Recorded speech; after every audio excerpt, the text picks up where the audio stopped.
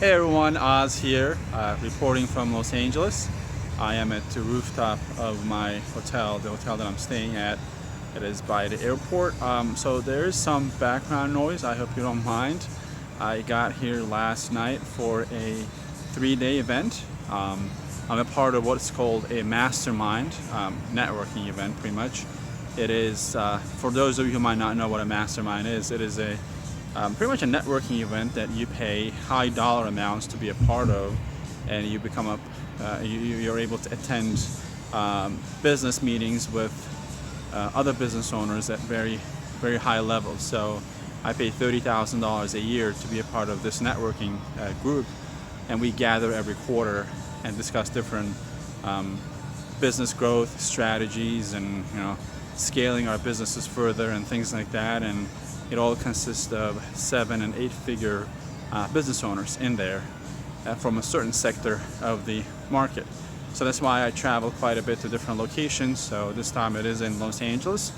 But I wanted to chime in and answer a very important question that I ask quite a bit to the people that I talk to, and that is, what does it take to build a successful business?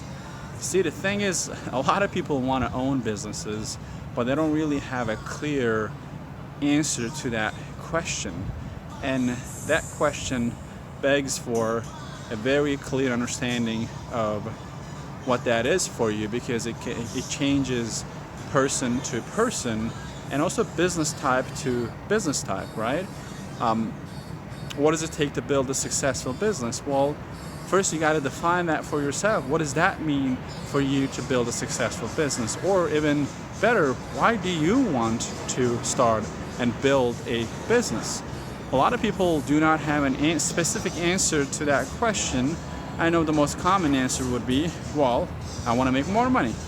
Of course, everyone starts at that level. If you are trying to increase your level of comfort or your income or create side income, of course starting a business might sound like a great idea, but one of the reasons that businesses fail is the lack of clarity on how they define success. So how do you know when you're successful? At what level do you consider your business to be a success? Without deciding on those factors, without answering those questions, you can't really start a business and succeed, because it's like driving around and trying to get to a destination then that you haven't really decided on. Like how likely are you to get there? Even if you get there, how do you know that you got there, right? That type of thing. So first you have to decide what success means to you. For some people it might mean an additional $2,000 to $5,000 a month, and that's actually a great goal, because you're being realistic, especially in comparison to your current situation. Let's say if you have a job that pays you $4,000 right now, but your current standard of living requires $5,000 a month, so you have a gap of $1,000 a month. Then the natural question is, how do you close that gap?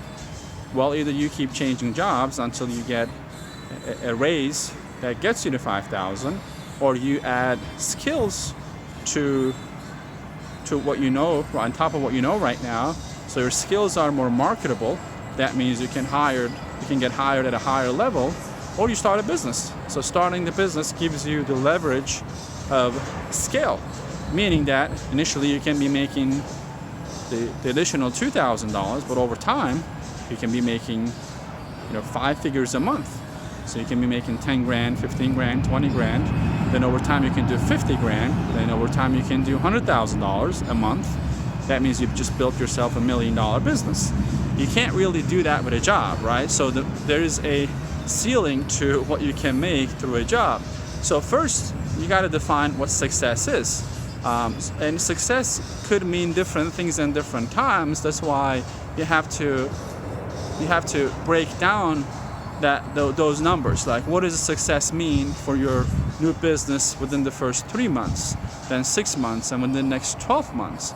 Once you know that, you can work your way from that point. So you don't really start with the idea of starting a business. You start with what you want to accomplish. It's kind of backwards, right? And that's why people are not used to thinking like this. But business owners think like that all the time. They start with the end goal in mind. So if I want to generate $1 million in revenue by the end of 2019, then I got to start with that and count it backwards to see what kind of effort it would take for me to work on day to day to get to that number. But people who haven't been exposed to running businesses, they're not used to thinking that way. So what does it take to build a successful business? The first part is defining success, right? So that's number one. You got to define what success means to you. And it's okay to start small. You know, the goal is not to come up with this grand number that sounds really cool on people, but when you're thinking about it, it's not even sounding realistic to you. You know, I sometimes call people out when they tell me, oh, I want to build a multi-million-dollar business. Well, multi-million can be in $1 million or it can be in 500 million. Like, what does that even mean? First, you got to define that. But how much time are you giving yourself to get to that level? If you're planning to build a business to 2 million in 2 months, you're not being realistic, buddy. Right? You got to come to terms with how much time you're going to be putting into it, and what business is the good business that's going to give you those figures, right? So first, let's start with the planning phase. So you gotta decide what success means to you at this point. Once you decide that, then you start looking for opportunities that would give you that outcome. So it is it's an input and output method. So you have a certain amount of input that is available to you right now. What does that mean? Well, you have a finite amount of time today. Maybe you have kids. I have 2 kids.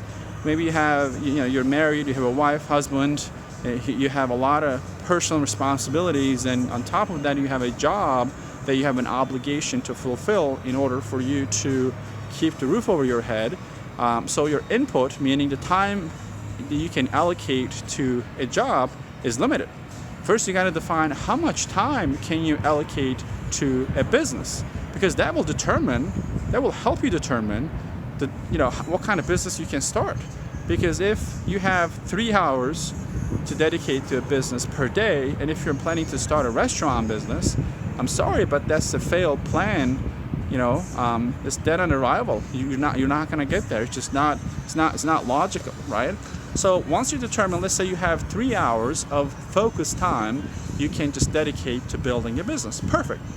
Now that you need to find a business that allows you to build it on the side without disrupting, without distracting you from what you're doing. Because there are 2 schools of thoughts from gurus. One is, if you're starting a business, burn your ships, put yourself against a corner. That's the only way you're going to succeed. I believe that's a good fit for a certain type of personality. If you're highly entrepreneurial, and if you're performed under those conditions before, that is very true. But for most people who have family to take care of, who has fixed expenses, you can't just quit your job and burn your ships and start a business. That's a silly idea, because that's going to increase your level of stress to the roof. And when people are stressful, their hormones act up, and they can't really make healthy decisions. And don't forget that it's not just you. I mean, if you're just by yourself, you can't even sleep on the street until you build your business. I don't care. But if you have kids and family and things like that, you have obligations, and you can't just quit what you're doing right now and start a business. So you have to find a business that allows you to grow it while you do what you do, until you don't need to really be doing what you're doing, right? All right, the second part is finding a business that fits, that's in line, that is aligned with where you want to go. And once you find that business that allows you to start it with limited time, then the third part is, how much capital do you have to start a business? Like, there are businesses you can build part-time, but they might require licensing. They might require you to rent an office and get locked into a 5-year lease, and that might require $1,500 up front for you to start building it, right? So there are a lot of businesses like that too.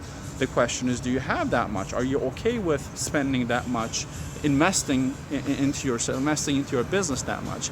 If you're not, then you got to decide how much money can you allocate. So we talked about the definition of success, number 1. Number 2, definition of time allocation.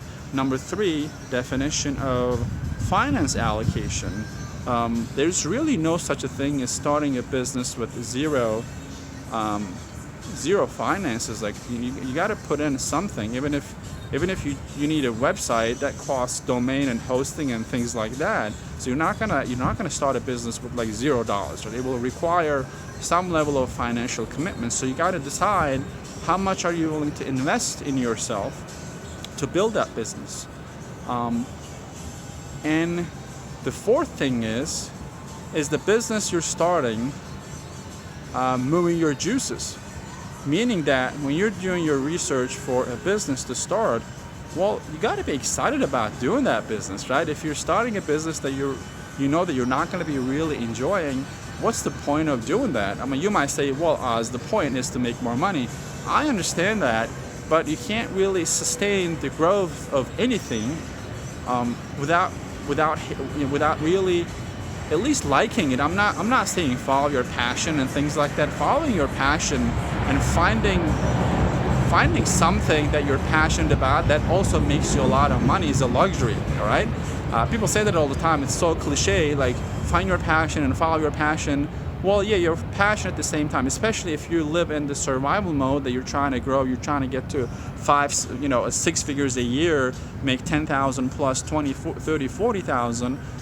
You got to first build a business that you somehow like, but then if you build it to a level that it sustains itself, then you can follow your passion all you want, or find a business that does both. If you find both, you're good, you're awesome. If you're passionate about, let's say, based on what I do, like we do business loan brokerage and things like that, we teach that. If you're naturally passionate about it, then and it makes you a lot of money, then boom, you have the best of both worlds. But that's the fourth thing. You got to somehow like what you're doing. Something needs to move you. Something needs to help you see that you're helping others solve a problem, right? I guess that's a better way to put it. Like, you got to find a business that solves a problem for other people, because don't forget that the money you make will be in direct proportion to the size of the problem you solve for your customers, for other people.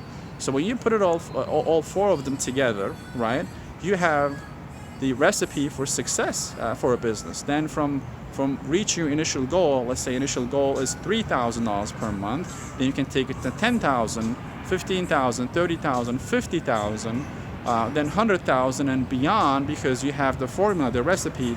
You got to set up the right way. So I want you guys to think about all of that before you start thinking about building your business. All right. So I will leave you with that. Cheers from Los Angeles. And comment below if this makes sense, or if you have any questions. And if you haven't subscribed to my channel. We have a lot of videos, and as much as I find time, I like to create more videos for you guys. Subscribe and check out any other content that I have. Talk to you guys soon. Take care now.